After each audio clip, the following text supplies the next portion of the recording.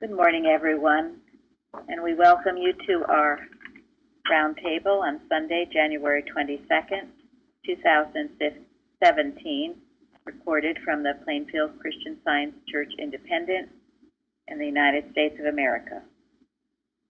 Our subject this morning is truth. Before we get into that, I will ask if there are any volunteers to tell us how you found our church and how you've been transformed, those who haven't already told us. If Day Day's on, thank you, Day Day, because she gave it to us on Wednesday. Well, maybe I'll have Jeff. I knew you were going to do that. I'm Jeff, and I was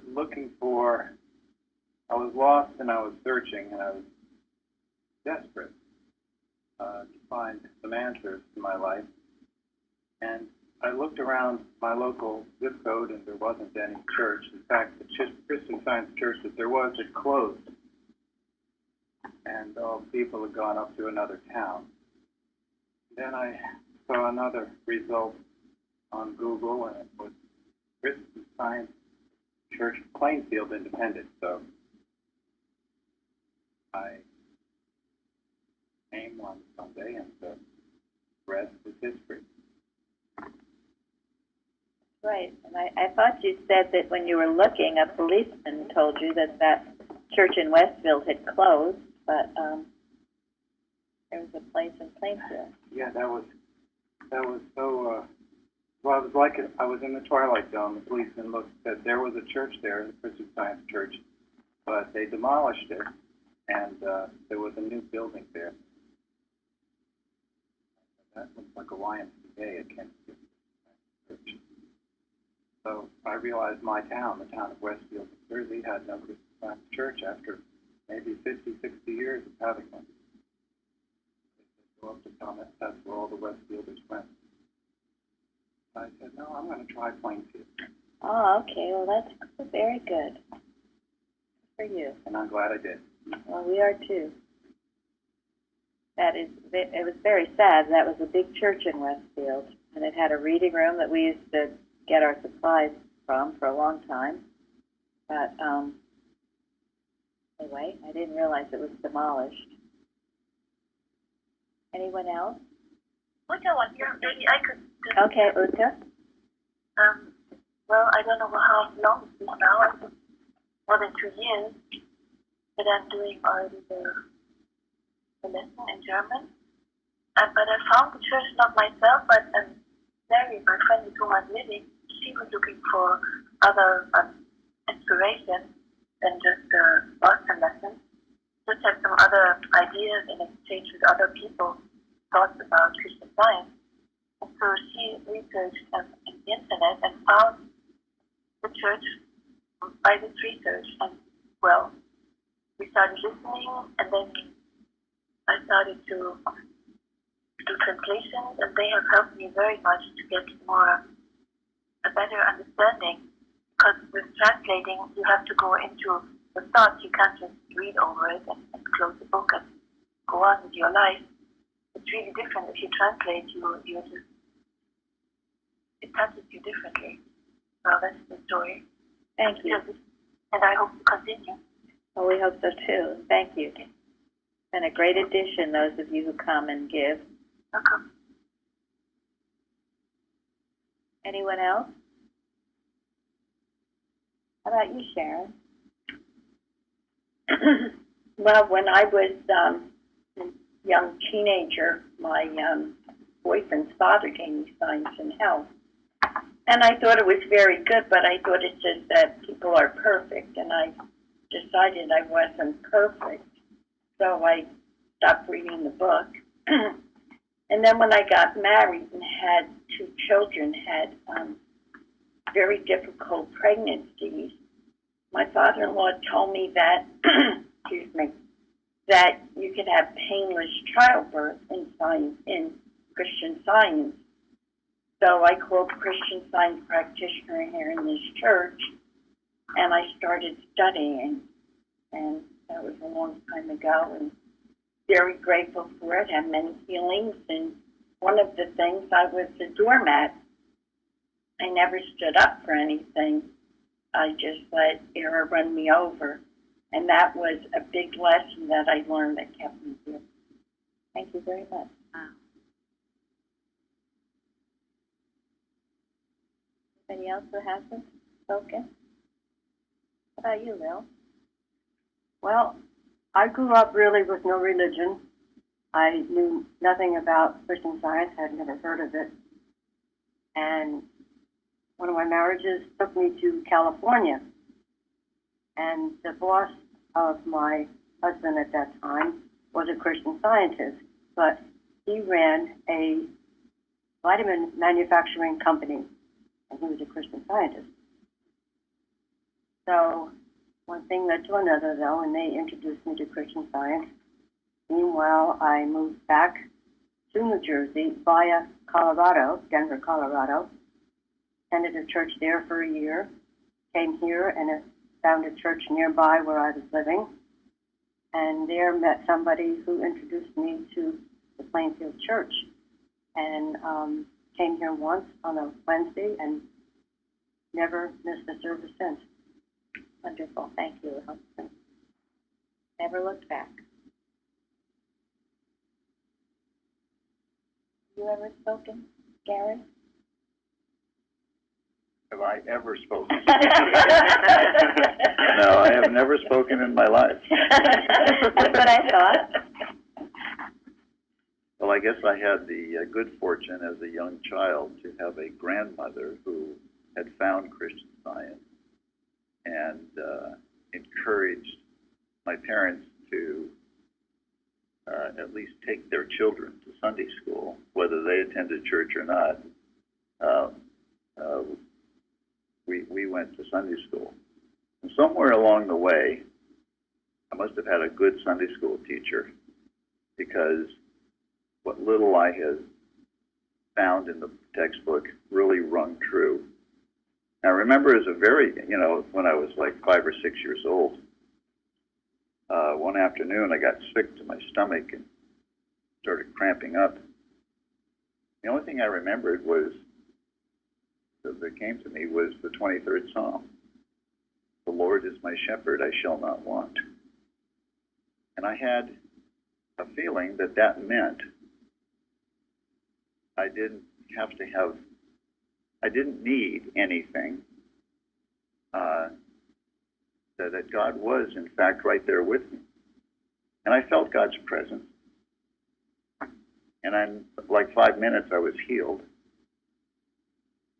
And the rest of my life, I never forgot that healing. I continued to attend Sunday school. Saw a lot of nonsense going on in the churches that I attended, and I didn't really feel attracted to any of the churches per se.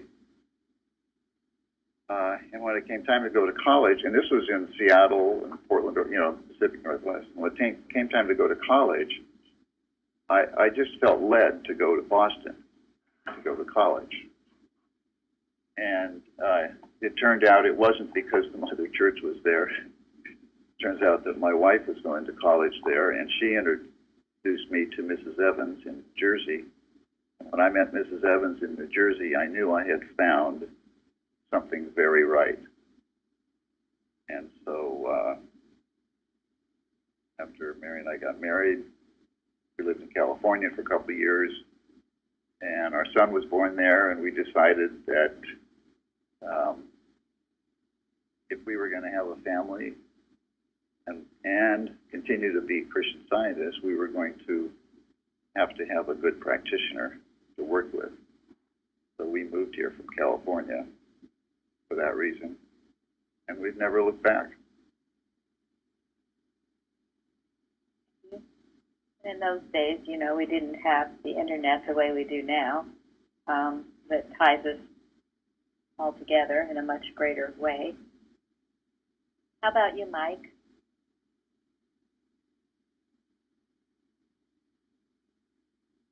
Sorry, I was on mute. Well, how much time do you have? I think I'm going to go with the short version. How about 3 minutes? Yeah, keep it this Cut me off if you have to. well, I knew that as a farmer, this salesman came around selling silos, and I didn't buy one from him, but later on he sold a cheaper version, and got to be very good friends with them, and they were always calm and collected, and I could never figure that out, even though the dealership got pulled out from under them. And it turned out they were Christian Scientists. For 30 years, I knew them. We went sailing and canoeing, and I had a miserable life, and they never said a word about what it was about. And so finally, one time in about 2002, they stopped by, and they said something about it. So I asked what they believed, and then they started telling me all these wild stories which I believed, and gave me a copy of Science and Health, which, when it came to the part where Mrs. Eddy says something about being honest is imperative, it was like, wow, her standard is higher than mine, so I have to go with this, even if there is no God, because I didn't believe in God at that time. So things didn't go well. I mean, I had joined the church, loved it. It was empty. Studying didn't do much for me. I went to class, thought I had everything, the bull by the horns, came home in euphoria. Everything was great. And within 2 months, everything had kind of petered out again. So I kept studying and got into some older literature, which I really loved. And finally, a practitioner would always wave a magic wand and I would be healed. So I got sick of that because I just couldn't feel a hangnail on my own. So I finally jumped overboard, and a friend from class introduced me to a lot of sites around, and one of them was Plainfield, and I liked the website. There were certain things that I wasn't quite sure about, and by that time, I'm having a suspicious nature anyways. I was very suspicious of anything different in science, so I was kind of getting a little better on my own.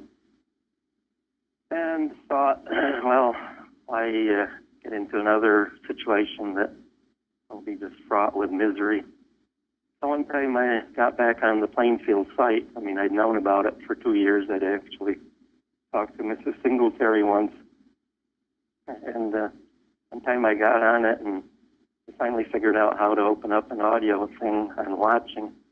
And when it came to the part of the Singletary explaining how Mrs. Evans would wake up in the middle of the night and call them up and tell them they weren't watching properly because she was uneasy. It was like, oh my gosh, that's how Mary Baker Eddy knew.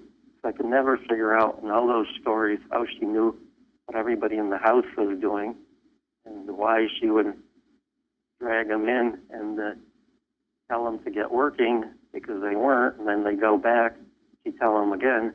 And it's like, wow. So that was about 1.5 years ago. So thank you very much. Thank you, Mike. Those are all very fascinating stories to me, and some of you, as you've heard, and Day Day expressed that too on Wednesday, had grave doubts about it. And I do understand that because I certainly did too. I was very ingrained in the organization, shall I say. So anything different is like, well, that just can't be true. It can't be right. How could it be right? But well, those of us here were more or less almost forced into having our eyes opened, and it was like opening a door to a brand new way of life, a bright, shiny place that I'd never known even existed before. So we can say with Herbert Eustace, we are very grateful for what has transpired and where we are now, and feel it's definitely God's plan. I mentioned this before, but Mrs. Eddy has said the subject truth is the one that what? Most opposed by mortal mind. Thank you. Most opposed by mortal mind. I would have thought it was ancient and modern or one of those, but I know many of you, and myself included, I found this whole week was difficult, but morning, opposition. That the forum was extremely light this week. There's just been something operating, I feel. I know there have been storms down south. So the tougher it gets, what do we do? The stronger we should get. Thank you. That's it. The tougher we become, the harder we get. Yes. And also, the greater the good, the greater the opposition. That's just the way it is. I don't know who said that, but we've been saying it. We have been saying it for a long time. So when there is a lot of opposition, it's because it's opposing a tremendous amount of good. And as you all know, good doesn't just happen. It's usually with sometimes a mighty struggle, because we are opposing status quo, mortal mind. Mortal mind doesn't like it. It does not. The thing that mortal mind likes is to control, regulate things. But to let it go and let truth have its way is something that it doesn't like. Because things come to light, they get revealed. And when truth is revealed, it's a freedom. The mortal mind doesn't like us to have freedom. It likes us to be under its control. So it doesn't let go easily, but it does let go. It's usually a fight. Yeah, and if you're not willing to make that fight, you won't ever reap the tremendous rewards that come after struggling, as did Jacob that night, struggling with the angel. And he wouldn't let the angel go until he was blessed. So the golden text, Deuteronomy 32, he is the rock, his way is perfect. For all his ways are judgment, a God of truth, and without iniquity, just and right is he. And Gary, you go ahead and read the responsive reading, and then we're going to go into science and health. But from Isaiah, and there shall come forth a rod out of the stem of Jesse, and a branch shall grow out of his roots. And the Spirit of the Lord shall rest upon him, the Spirit of wisdom and understanding, the Spirit of counsel and might, the Spirit of knowledge and of the fear of the Lord, and shall make him of quick understanding in the fear of the Lord. And he shall not judge after the sight of his eyes, neither reprove after the hearing of his ears, but with righteousness shall he judge the poor, and reprove with equity for the meek of the earth. And he shall smite the earth with the rod of his mouth, and with the breath of his lips shall he slay the wicked. And righteousness shall be the girdle of his loins, and faithfulness the girdle of his reins. thank you. I think those selections from Isaiah are so beautiful. And yes, it was Linda. She wrote about that on the forum. What did you say? Well, I particularly like the statement that said, the Spirit of the Lord shall rest upon him, the Spirit of wisdom and understanding, of counsel, might, knowledge, and the fear of the Lord was all listed. And it just really struck me that that's where our intelligence, our thinking, everything came from, was the Spirit of the Lord. And it really kind of broke this mesmerism of this idea that the brain controls man. It's very aggressive right now because they are doing so much neuroscience. But it occurred to me that the forces that mortal mind who wants to control and regulate would like us to have a brain, because then the brain can be controlled. And so not having a brain, having the intelligence of God kept your clarity, your wisdom, your independence. And that if you accepted any belief of brain, then you were under the control at that whim for all kinds of beliefs. Thank you. Yeah, it's remarkable, isn't it, how much misunderstanding there is among people thinking that there's something in the brain Right. that actually thinks. I think that's why the brain now is such a big topic. Many television episodes teaching about the brain and what it does and what it controls and so on. And look at what damage it's doing. I mean, look at what's happening to all these children who are, diagnosed with, emotional problems. And what does Materia Medica say? Medicate them. Change the chemical balance in the brain, and it'll fix everything. Well, it doesn't do a darn thing. Then you have the media that wants to fill their brains with all kinds of ideas. It's very aggressive. Very. They're set up. Once they start taking all those drugs, they're so susceptible to manipulation. You're so right. Absolutely. I feel some of these people who have committed these crimes, many of them are on drugs. Some of them think they hear voices.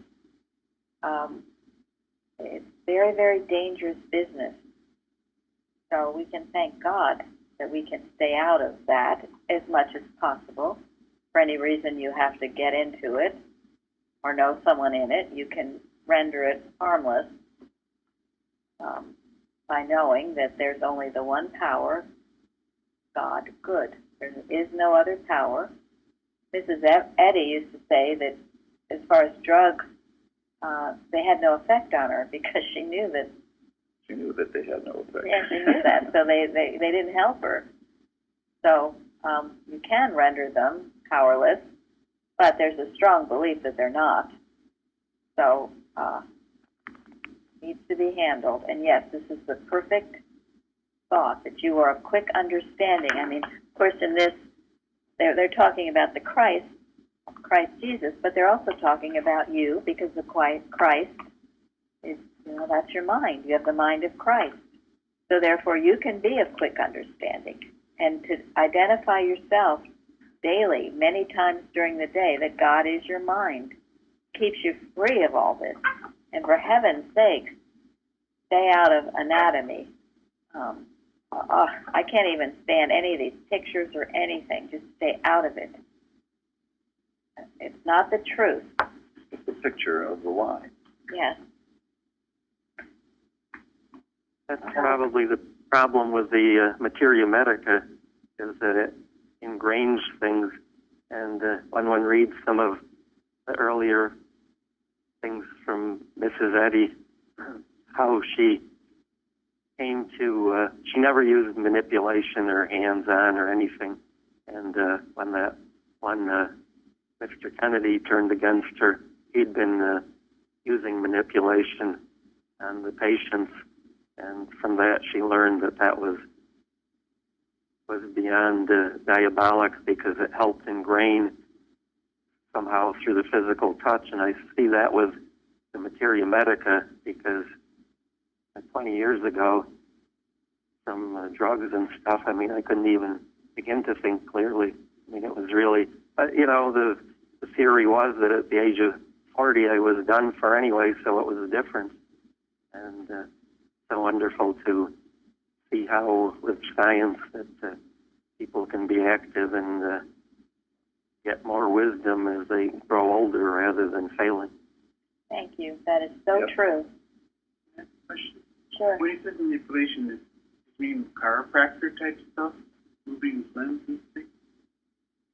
I think in those days it was manipulation. They was laying on the hands. They put their hands on your head and other places.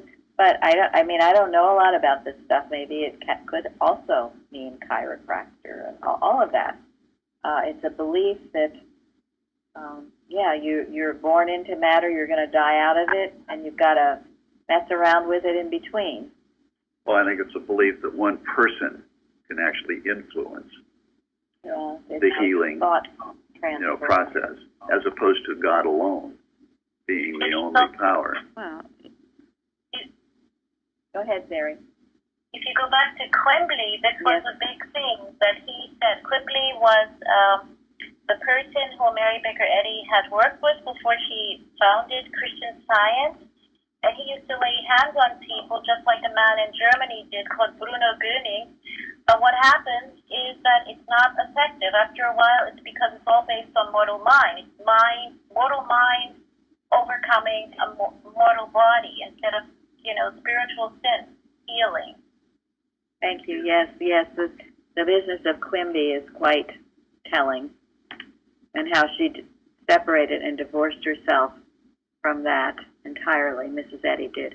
Who else was going to speak? Was it Florence or? Yes, I was going to say that, the whole thing of believing in nerves transmitting this and transmitting even joy being related to some, substances in the brain and all that. That's where it all stems from. It's all the same, matter as superior or supreme, or as what rules. So, thank you. None of it is here. Also another misunderstanding, or I would say another misinterpretation of Christ's healing. So Christ laid hands on the sick.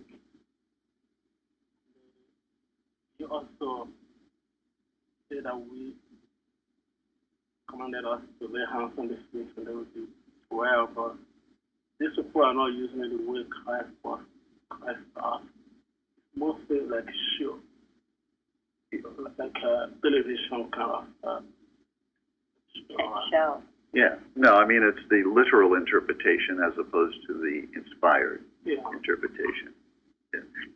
And it's something we need to be careful about, because if enough people believe that something will work, whether it's a drug or whether it's touching or whatever the quote manipulation is, if enough people believe it, it'll influence them for a time.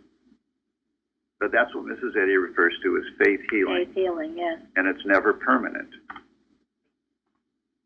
But there's also the mixture of the two now, where I know of, chiropractors who feel that they're spiritually healing and yet manipulating at the same time. So they think it's a mixture. Yeah, you're right. They think it's a mixture because they know that there is a mental effect somewhere. But if they humanize it in any way, then we know it's not spirit. It's not the one spirit God. It's the belief in quote spirits, which is why this chapter on spiritualism is so important. I think too, though, that's so important here is that when the person manipulates, is one's consciousness going higher, is one's understanding improving, because this is where I think I finally got stuck after going to class, was that I was not becoming spiritually, my bad habits weren't going away. I mean, the flame was disappearing very quickly, but I wasn't going up spiritually higher to be able to help others or myself even. And that's the measuring thing. Right. And what you're describing is faith healing. Yes. You were getting a temporary benefit, but since it wasn't Christian healing, it wasn't God healing, it wasn't you growing spiritually. It becomes power. Yeah, willpower. And a lot of that's a it really is difficult thing to overcome later if you use it too much. Yes. And really, you are the one healed doesn't have the understanding that it was never so. It's like, okay, I had this, and then, I used such and such, or the prayer or whatever, and I'm healed. So without that understanding that it is not so at all in spirit, it never happened, that's what I learned here that we have to have. Right. Otherwise, you're left with the fear that it could return. And as Mike said, you grew up no higher. You're no closer to God. And if you aren't any closer to God, then it's just, you might as well take a pill. It's done nothing for you.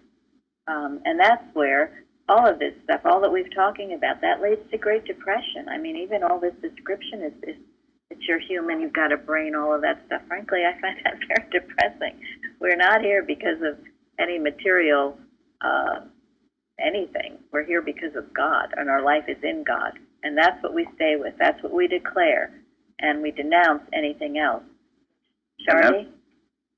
Oh, I was going to say, I think it's important to remember, and a lot of society doesn't, that the so-called healing or medicine is based on greed. It's not really based on healing. Not the doctors, the pharmaceuticals. Right. Yeah.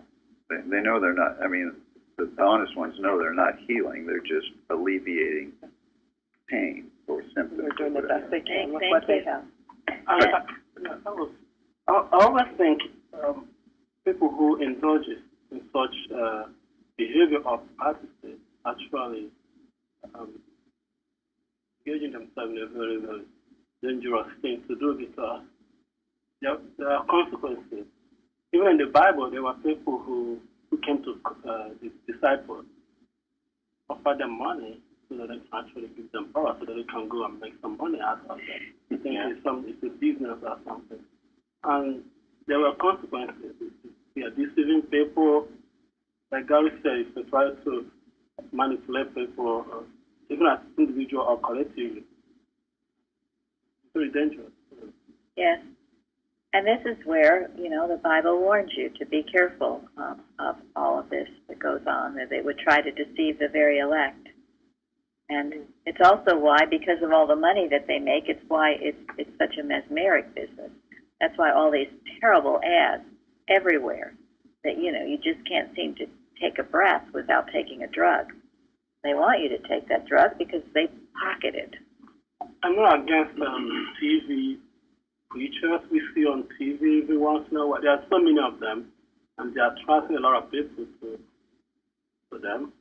But many of them are they're doing the same thing we're talking about through television and asking money at the end of it. Who are being drawn to this? They don't come to church anymore. They focus on TV preachers. But many of them are doing this manipulation through television. It's why a lot of people are just turned off by religion because they do see that as a big money making. Okay, Florence, I want you to read number 1 in Science and Health, please. The question, what is truth, convulses the world. Many are ready to meet this inquiry with the assurance which comes of understanding, but more are blinded by their old illusions and try to give it pause. If the blind lead the blind, both shall fall in the ditch. Yes. The efforts of error to answer this question by some ology are vain. Spiritual rationality and free thought accompany approaching science and cannot be put down. They will emancipate humanity and supplant unscientific means and so-called laws. Thank you. And what did you write about it on the forum, some of it? I wrote about what is truth and finding that truth is God. And the word convulses is what kind of struck me, like it's a shaking. It's a power there in that word. And like the whole world, everybody's looking for this truth. And I find that where do we find it? Only through that understanding that God is truth. And when we find God, what He is, what He does, what He gives to mankind, then we have a glimpse of who we really are. And that's that freedom. Yeah, and a lot of people have very strong feelings about what they believe is true, don't they? I mean, because what you believe is true is what governs what you do every day. I mean, we all believe in something. And we have to believe in it strongly to carry out our day. So when a belief of truth gets challenged, it's convulsive. It's a big deal. I think that's why Mrs. Eddy warned us that this lesson on truth is the one that it reaps the most resistance. And I think I also wrote something. I'm not reading it, so I'm not exactly sure all of it, but I also wrote that it's our cultivated spiritual sense that helps with the knowing of what God is. And by that I meant that it is when you are learning, after all, to cultivate is to study to improve. You don't just get there. It's not something we have that we readily use is something that we become more aware of through our study and our striving for the truth. Thank you. Yeah, and I think, Florence, that's probably, at least to me, that's probably what she meant by the term spiritual rationality Right. and free thought. I wondered what spiritual rationality means, and I think you described it. It's the development of our confidence in our spiritual sense, which is never wrong. So to get back to what Gary said earlier, I mean, if you're believing in lies, that's going to shape your day, and that's a tragic thing, really. I mean, if for instance, if you believe that hatred is powerful and it has power, that'll shape your day. Think others will hate you and harm you, and you can hate them, and there are other these illusions that have been handed down in some way. Either they're taught in the schools, or somehow you've gotten it by your parents or whatever. But every one of us has something innately in us that knows and responds to the truth. And so even though the lies might seem to be ingrained sometimes, you can know the truth, and the truth will make you free. That's what that means. I know I lived under, I thought it was okay to be negative. I didn't realize that being negative was a sin, and that God was demanding that I not be negative. I thought, well, being negative is just part of life. There's a lot of negative stuff in this world, and if I want to think negatively, well, that's just how it is. And because of that, I suffered for that belief until finally it got through my thick skull at that time that negativity was a sin. I wasn't seeing God's creation.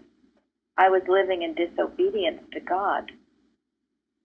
And therefore I had to stop it for no other reason.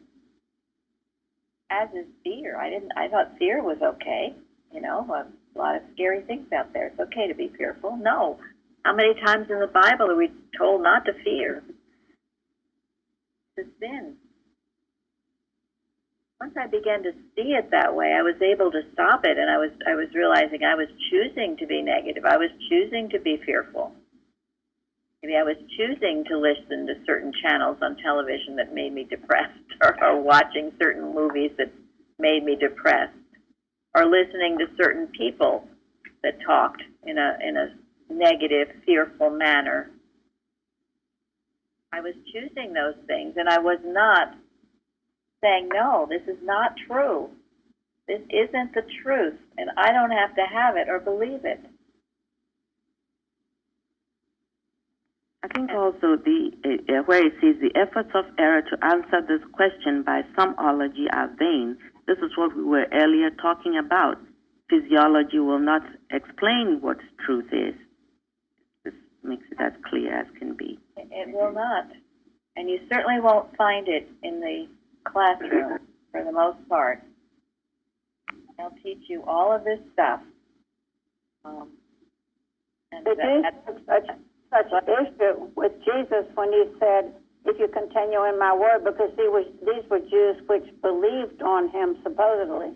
If you continue in my word, then are ye my disciples, and you shall know the truth, and the truth shall make you free. And immediately they took issue with this. What do you mean? We're Abraham's seed. We're never in bondage to any man.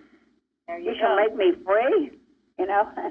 That's right. Right, but they were believing in genealogy, weren't they? Yeah. Exactly. And she also didn't say positive rationality, which, it could be, positive thinking, which is what I was doing earlier sometime. That still is still missing. Spiritual rationality is through this science that we know, we come to find what's true. Yes. Positive thinking And even people do it in Christian Science when they're quoting. They're just covering up a multitude of fears and sins. I never actually see it that way, to be honest. What you just said about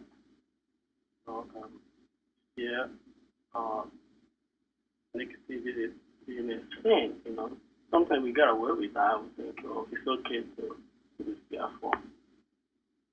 And for wrong reasons. Or it's okay to be doubtful or be so negative. But if we can see that as sin, that can actually keep us from it. That's exactly Bible right. It shakes you. It convulses you. Thank you. Yeah, it shook me. So when you don't see God for who He is, there's no greater sin than that. Absolutely, Benjamin. That's exactly right. The Bible is full of people who saw God for who He is, even in the most difficult. They were able to accomplish the great stuff. And that is what we saw in the difference when we studied last week, in the difference of Caleb and Joshua and the others. The ones, Caleb and Joshua, obeyed God. They were positive in the right sense of that word. They saw God's creation. They knew God had led them to this promised land, and they trusted in God, and so they saw the truth. And if they saw anything that wasn't good, like giants, they knew they could overcome it with God's help, while the others kept them out of the promised land by fear and negativity, which ultimately was a sin against God for believing that something other than His creation is real and true. So they caused their own suffering. They did it themselves. But, as Marilyn brought out, you can explain this to some people, and they will fight. They'll tell you you're crazy. Those are giants. Or, what are you talking about? Yeah, I read the Bible. I've been going to church for years. I don't need to know any more truth than what I already know. So they've shut the door. Their vessels are full. But I'm learning. You've got to open your mind, thought, heart, everything about you to take in this truth. Go ahead, Mike. I'm learning very slowly and difficultly is that's why one has to love one's enemies, because if I have a negative view of them in relationship to God, not separating the person from the error, it's impossible to flip the switch with somebody I like to see them as God's child also. And it's so much easier to hate a person and to see him as God's child if they're doing something bad, but one really has to always view everybody correctly. I remember an article from Bicknell Young where he spoke to, I think it might be love. You don't have to like everyone, and there may be something wrong with you if you do, he said, but you must love them. Yes. That's right. Talking about the wrong. Very important point. I couldn't do that until our teacher helped me make the step from old theology to Christian Science. Stay with that there's only one mind God. God was mine, God is my mind, and it's the only pure mind. And I could see that whatever was happening was God doing it in me and everybody. Until that, I didn't have the strength to kick out the fear or to care enough about, or more than I did before, about other people. Realize that it's just a false picture that I have to really correct in my heart and understanding, and help also, so help them be free of it too. So that absolute step that Christian Science was essential. Thank you. Thank you, Craig. And Craig has done it because so many people feel Craig's tender kindness and love. And we hear these stories, people new to our church who come in, and Craig takes them under his wing, speaks simply and lovingly, and touches their heart. So, not just words with Craig. I think that's all part of what Mrs. Eddy means when she implores to us that evil is not person, place, or thing. When you see something evil going on, you detach it from the person, you detach it from the place, you smash the evil, but love the person. And when someone's acting up, well, yeah, you need to do something, but you do it out of love for the person because that person is being misled. That really is one of the greatest understandings, because without that, you just go from war to war, yeah, from battle to battle, right? Also, I think the difficult thing also to do is to know when is the right time to talk to a person. I mean, you're gonna have to struggle a lot about that. When am I gonna talk to this person so that it doesn't escalate the situation? So I think if you pray about it, God will just keep on. That's the key. You've got to pray about it. And that's the importance of keeping yourself in the love of God. Because if you keep your thought in the love of God, you are disciplining yourself to love God and to love man. You will know when the right thing is to say or do something. Yeah. Yeah, and there always is the right. Sometimes it's immediately, sometimes it's not. But God will give you the right time and the right way in which to address it. And a lot of it is making sure before you talk to that person, you have done well in your thought to know that it is another child of God who will be receptive to what you have to say.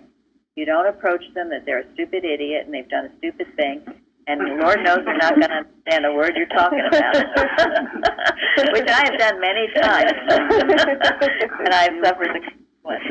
they won't understand. Only you expect them to understand. No, I know. You don't expect them to understand, and they will live up to your expectations. So when you're in any kind of a difficulty, what difficulty you are in now, ask yourself, what truth do I need to know that will make me free of this? There's always a truth. It's usually a specific truth. Sometimes it can be general. Sometimes it can be both. But there's always a truth. There's always the right idea to replace the counterfeit, the wrong thought. So if you're struggling with something, ask yourself, well, what is the truth that will make me free? It reminds me of this funny story that about a couple that went to Mrs. Eddy for help, and the woman was healed of something, really wonderful, and her husband had some healings too, but he continued to smoke, and it really annoyed his wife. And his wife complained to Mrs. Eddy one day about the fact that her husband still smoked, and Mrs. Eddy asked her, "My dear, haven't you been healed yet of smoking?" He didn't know it yet. It was in her, her husband smoking was in her thought.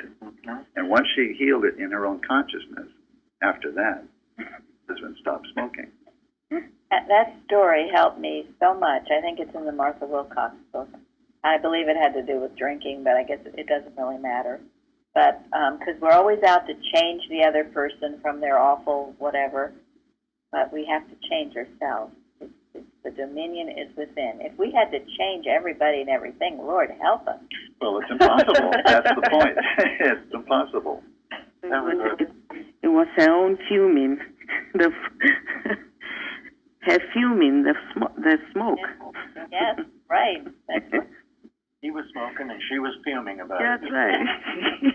And sometimes when you've lived with a person a long time, you hold that error to them. You know they've done it for a long time. You're sure they're always going to do it, and you think that's just part of them, and they do the same thing to you. And that's why the error can come through your nearest and dearest. You've got to impersonalize it, and you've got to know that it was never the truth about them.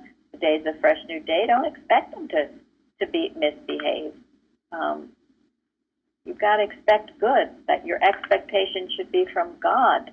You start working with that and expecting changes in yourself and in them, you will find that. I think in one of the things I attended, they said, resentment was a premeditated expectation. Something like that. Very good. That's absolutely right. So, and as you're faithfully doing all this, you're aligning yourself to the truth, and you are rebuking an error, and the error is always just a false concept of what is true. You know, you stay with that Lord's Prayer, as in heaven, so on earth. God is omnipotent, supreme. No difference. We make our own heaven or hell. So as in heaven, so on earth. God is omnipotent, supreme. Let's have our heaven here and now. And that includes in your home, in your body, in your community, your business, in our nation, in our government, in our world. Refuse all of this stuff now in the politics and government. It's atrocious. You hold to the truth. What is the truth that will make all people free from all of these lies and division and carrying on that's been going on? Time it stops, and we as scientists make sure that it does, because it's no more than the Adam dream. That's Merrick's false belief. Okay, I'm going to end. Last week I started to tell you, we'd gone to the Longyear Museum a couple of weeks ago, and they had some beautiful quotes on the mural on the wall, their new display on Pleasant View. So I'm going to read a few because they were well culled out. First one is Mary Baker Eddy, her message to the Mother Church for 1902. To live and let live without clamor for distinction or recognition. To wait on divine love. To write truth first on the tablet of one's own heart. This is the sanity and perfection of living, and my human ideal.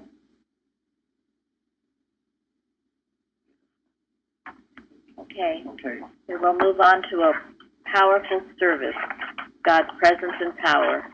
And do stay awake and alert and active. I want to see a forum full of wonderful ideas. Thank you all. Thank you all. Thank you. Thank you. Beautiful. Thank you.